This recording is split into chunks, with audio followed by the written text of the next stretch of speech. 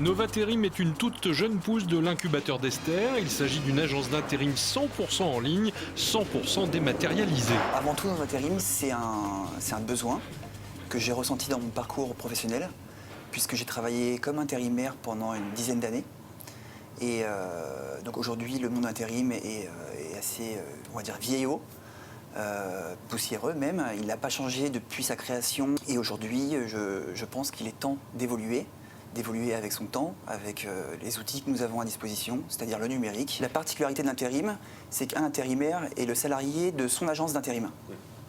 C'est-à-dire qu'il faut avoir uniquement une entreprise de travail temporaire pour pouvoir générer un contrat d'intérim. Aujourd'hui, ce qui se passe, c'est que les processus de recrutement sont entièrement cloisonnés par les agences et il n'y a absolument aucun lien entre les intérimaires et les entreprises. L'idée, c'est de développer un outil qui permettrait aux intérimaires et aux entreprises d'être mis en contact directement ensemble. Tout le monde y gagne. L'intérimaire y gagne, les entreprises également.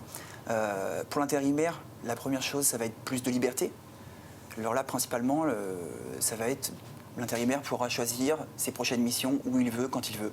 Simplement, il postulera à des offres de missions, alors qu'auparavant, il se met à disposition auprès d'une agence d'intérim. Donc ça, c'est vraiment la grosse nouveauté.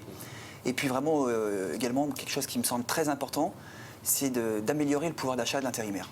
Donc simplement, on va utiliser les économies d'échelle qu'on réalise grâce au web, car on a moins de charges qu'une agence traditionnelle, pour permettre à l'intérimaire de gagner plus. Pour démarrer son activité, l'entrepreneur s'est appuyé sur l'incubateur où il va pouvoir rester de 12 à 24 mois. Alors déjà, premièrement, donc cette idée, je l'ai ressentie il y a quelques années en tant qu'intérimaire.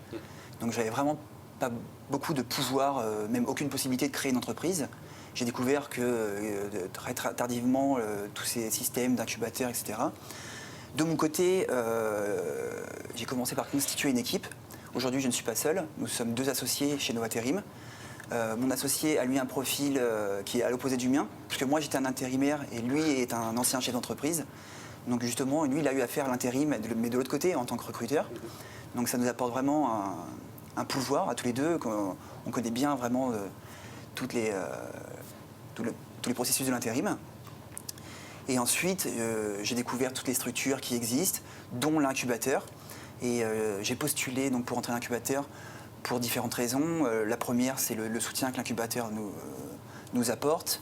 Ce soutien, il va être aussi bien au niveau des conseils qu'au niveau financier. Il nous ouvre énormément de portes pour décrocher tout ce qui est financement. Donc moi, pour ma part, j'ai fait un prêt, donc, ce qui s'appelle un prêt d'honneur.